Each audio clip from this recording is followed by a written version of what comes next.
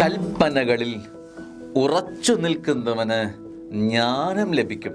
പ്രഭാഷകൻ 15:1. കൽപ്പനകൾ, അത് ദൈവത്തിൻ്റെ വചനമാണ്. കൽപ്പനകൾ ഉറച്ചു നിൽക്കുക, ചാഞ്ചാട്ടമില്ലാതെ. ജീവിതത്തിൻ്റെ കാറ്റിനൊത്ത് നമ്മുടെ ജീവിതത്തെ വഴുതി മാറ്റാറുണ്ട്.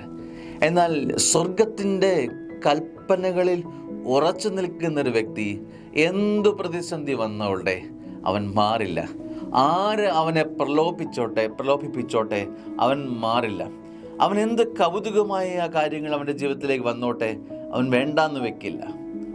ഇന്നത്തെ പ്രാർത്ഥന വേണ്ട, ഇന്ന് പരിശുദ്ധ കുർബാനയ്ക്ക് വേണ്ട, ഇങ്ങനെ ഒത്താൽ ഒക്കട്ടെ, വേണ്ട എന്ന് വയ്ക്കാൻ കാരണങ്ങൾ തിരയുന്നവരാണ് നമ്മൾ.